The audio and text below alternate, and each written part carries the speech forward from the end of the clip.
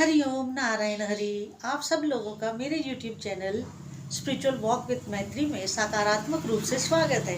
आप सब लोग स्वस्थ रहें, व्यस्त रहें, मस्त रहें। मैं अपने दोनों YouTube चैनल इसी प्रार्थना के साथ ही शुरू करती हूँ, क्योंकि जो हम देंगे वही पाएंगे। तो आज जो मैं आपके लिए एक ये वीडियो लाई हूँ, बहुत सुंदर, बहुत इन्फॉर्मेटिव है और बड़ा अच्छा है। महाभारत की बात है। जब महाभारत युद्ध हुआ उस काल की बात है। 18 दिन चला था ना महाभारत युद्ध, और 18 अध्याय है गीता जी में। तो मैं उसी की एक आज आपको इंसिडेंट बताने जा रही हूँ, घटना बताने जा रही हूँ। घटना इस प्रकार है कि जिस वक्त अश्वत्थामा को ये पता चला, आप तो जानती हैं अश्वत्थामा अमर है, अमर तो क्या, वो श्रापित हैं, क्योंकि उन्होंने जब ब्रह्मास्त्र चलाया तो भगवान क्रोधित हुए और उन्होंने उनकी जो मणि थी फोरहेड पे, माथे पे, वो निकाल ली और ये श्राप दिया कि तुम धरती पर ही ऐसे भटकोगे और सबसे ज़्यादा कराहते फिरोगे, क्योंकि वो खाव कभी भरेगा नहीं जो मणि निकली है। लेकिन वैसे अश्वत्थामा जो था शिवजी के अंश था, उनमें शिवजी का अंश था। तो मैं बताऊं आपको कि बहुत इंटरेस्टिंग कहानी है। महाभारत युद्ध चल रहा था और उस युद्ध में 18 दिन में रोज एक नए व्यू की रचना होती थी। 13वें दिन जो व्यू रचना हुई थी उसमें अभिमन्यु का वध हो गया था। अभिमन्यु को उस व्यू रचना में जाना तो आता था, निकलना नहीं आता था। कहानी आज हमारी ये नहीं है, कहानी हमारी कुछ और है। अश्वत्थामा को जब ये पता चला कि उनके पिता द्रोणाचार्य को धोखे से मार दिया, धोखे से मार दिया है, बड़े क्रोधित हुए। अश्वत्थामा बहुत क्रोधित हुए, दुखी हुए। पिता की मृत्यु पर तो दुखी होना स्वाभाविक ही था, और वो भी ऐसे पिता जो अपनी विद्या में पारंगत थे। खैर, उनका अंतिम क्रिया करने के बाद अश्वत्थामा युद्ध मैदान में दोबारा लौटे तो क्रोधित थे, दुखी थे, क्रोधित थे। अब उन्होंने इस आवेश में कि मेरे पिता को धोखे से मारा गया है, क्योंकि युधिष्ठिर से ये भगवान ने कहलवाया कि अश्वत्थामा हतो, ऐसा कहलवाया। तो द्रोणाचार्य जो थे उन्होंने जब ये सुना कि अश्वत्थामा हतो, अब उनको ये बताया जा रहा था कि घोड़े अश्वत्थामा को मारा गया है जिसका नाम है, आपका पुत्र नहीं मरा है। तो उस दौरान क्या हुआ, द्रोणाचार्य पूरी बात सुन ही नहीं पाए, उन्होंने हथियार फेंक दिए। वो ये बात क्यों नहीं सुन पाए कि अश्वत्थामा घोड़ा मरा है, आपका पुत्र नहीं। भगवान कृष्ण ने जब ये उनको बताया जा रहा था कि अश्वत्थामा घोड़ा मरा है, तो घोड़ा तो वो सुन नहीं पाए, क्योंकि जब घोड़ा बोलने का शब्द बोला जा रहा था उस समय भगवान ने शंखनाद कर दिया, और जब उस शंख के शोर में द्रोणाचार्य ये सुन ही नहीं पाए कि उनका पुत्र नहीं, घोड़ा अश्वत्थामा मरा, अश्व। अब उन्होंने ये अज्यूम कर लिया कि मेरा ही बेटा जो है वो युद्ध क्षेत्र में मारा गया। वो बड़े दुखी हुए द्रोणाचार्य जी। उन्होंने अपने हथियार फेंक दिए कि मैं अब युद्ध नहीं करता। उन्होंने हथियार गिरा दिए कि मैं नहीं, अब निहत्थे हो गए। निहत्थे होते ही उनकी गर्दन काट दी गई, क्योंकि द्रोणाचार्य में युद्ध को बदलने की क्षमता थी, लेकिन नियति को तो नहीं बदल सकते थे। युद्ध की उसको बदल सकते थे, गति को, नियति को नहीं बदल सकते थे। इसीलिए तो इस नियति के साथ उनका अंत हुआ। खैर, कथा हमारी ये भी नहीं है, ये तो मैंने आपको पृष्ठभूमि इसलिए बताई ताकि जो मैं आगे बताने वाली हूँ वो आप समझ सके।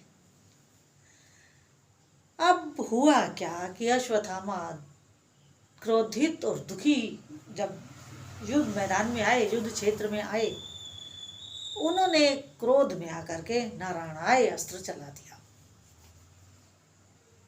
कौन सा अस्त्र चला दिया? नारायण अस्त्र चला दिया।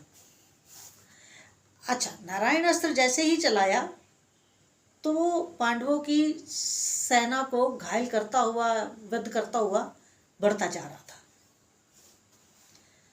भगवान कृष्ण स्वयं नारायण का अवतार, वो तो जानते थे कि इस अस्त्र की काट क्या है, इससे अपनी सेना को कैसे बचाया जा सकता है, कैसे कवरेज दी जा सकती है। भगवान कृष्ण ने उसी वक्त सबको ये आदेश दिया कि आप अपने हथियार गिरा दो, आप अपने हथियार नीचे रख दो, हथियार निहत्थे हो जाओ। तो पांडवों की सारी सेना ने अपने हथियार नीचे रख दिए, क्योंकि भगवान कृष्ण नारायण का ही अवतार थे, तो वो तो नारायण अस्त्र चलाया गया था, तो स्वयं नारायण थे। वो तो जानते थे कि इस अस्त्र की काट क्या है, उन्हीं का अस्त्र था और उन्हीं की सेना पे चला दिया अश्वत्थामा ने। तो नारायण अस्त्र का नियम ये है, ये नारायण अस्त्र तो आज भी है। अब इतनी तपस्या नहीं है लोगों की कि उसे अपने पास ले सकें, है तो। अब क्या हुआ, भगवान ने, उन्हीं का अस्त्र था, उन्होंने सारी पांडवों की सेना को आदेश दिया कि अपने हथियार नीचे रख दो, निहत्थे हो जाओ, निहत्थे हो जाओ। क्योंकि नारायण अस्त्र जो है उसका नियम बताऊं उससे पहले मेरी आपसे ये रिक्वेस्ट है कि मेरे इस YouTube channel spiritual walk with मैत्री को अधिक से अधिक सब्सक्राइब करिए, लाइक करिए, शेयर करिए, ताकि मेरी वाणी दूर दूर तक पहुंच सके, क्योंकि आप ही उसे पहुंचा सकते हैं। मैं तो सिर्फ वीडियो अपलोड कर सकती हूँ, मेरी वाणी का विस्तार जहाँ तक आप चाहेंगे वहाँ तक होगा। तो इसलिए मेरे इस YouTube channel spiritual walk with मैत्री को अधिक से अधिक सब्सक्राइब करिए, लाइक करिए, शेयर करिए, और जो भी सत्य है सनातन का वो सबको पता चले, क्योंकि बहुत सी भ्रांतियाँ फैल गई हैं, बहुत से लोगों में डाउट्स आ गए हैं, क्योंकि गुरुकुल ना होने की वजह से ये सब हुआ है। तो इसलिए मैं ये चाहती हूँ कि सब लोगों को सही इन्फॉर्मेशन मिले, राइट नॉलेज मिले। तो इसलिए मैंने आपसे सहयोग मांगा है कि स्पिरिचुअल वॉक विद मैत्री को अधिक से अधिक सब्सक्राइब करें, लाइक करें, शेयर करें। मेरा एक दूसरा चैनल है टैरो रीडिंग का, मैत्री टैरो रीडिंग, उसको भी आप अपना प्यार देते रहें, उसे भी अधिक से अधिक सब्सक्राइब करें, लाइक करें, शेयर करें। हरिओम। मैं अपनी चर्चा पे वापस लौटती हूँ। अब भगवान कृष्ण जानते थे, क्योंकि वो खुद स्वयं नारायण का अवतार थे, कि अब ये नारायण अस्त्र को निष्क्रिय कैसे करना, और उसको नारायण अस्त्र का नियम इस तरह है कि वो जब चला दिया जाता है तो वो केवल उन्हीं लोगों के ऊपर वार करता है जिनके हाथ में अस्त्र होते हैं, शस्त्र होते हैं, जो हथियारों से लैस होते हैं, वो केवल और केवल उन्हीं के ऊपर वार करता है। नारायण अस्त्र का नियम दूसरा ये है कि वो किसी भी निहत्थे व्यक्ति के ऊपर प्रहार नहीं करता, निहत्थे व्यक्ति के ऊपर प्रहार नहीं करता। इसीलिए भगवान कृष्ण ने सबसे कहा कि आप अपने हथियार छोड़ दीजिए, ताकि जो नारायण अस्त्र है वो बेअसर हो जाए, वो किसी के ऊपर घात ना करे, किसी को घात ना करे, किसी को घायल ना करे, किसी को मृत्यु ना दे।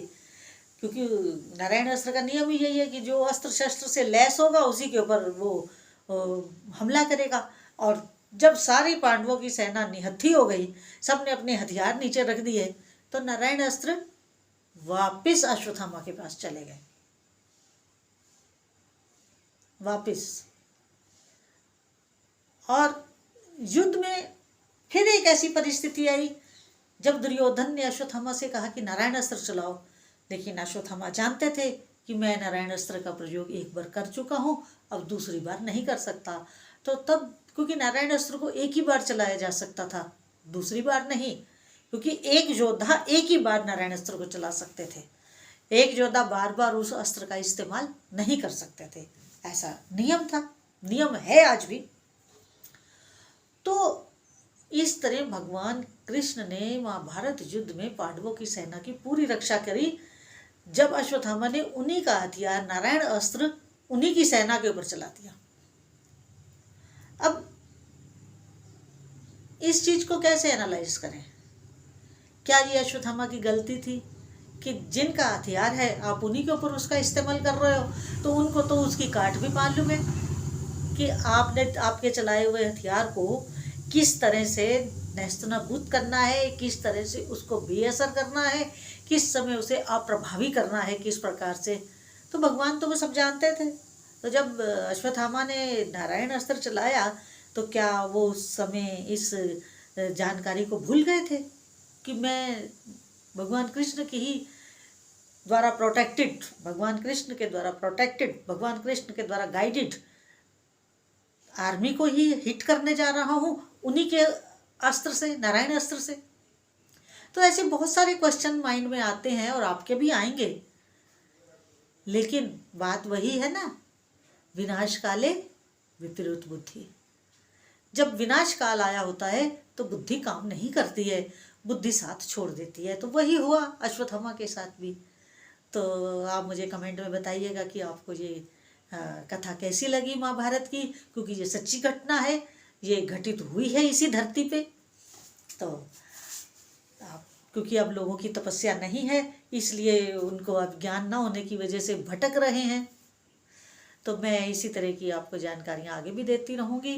और आप मेरे इस YouTube channel spiritual walk with मैत्री को अधिक से अधिक सब्सक्राइब करिए, लाइक करिए, शेयर करिए। हरि ओम नारायण हरि।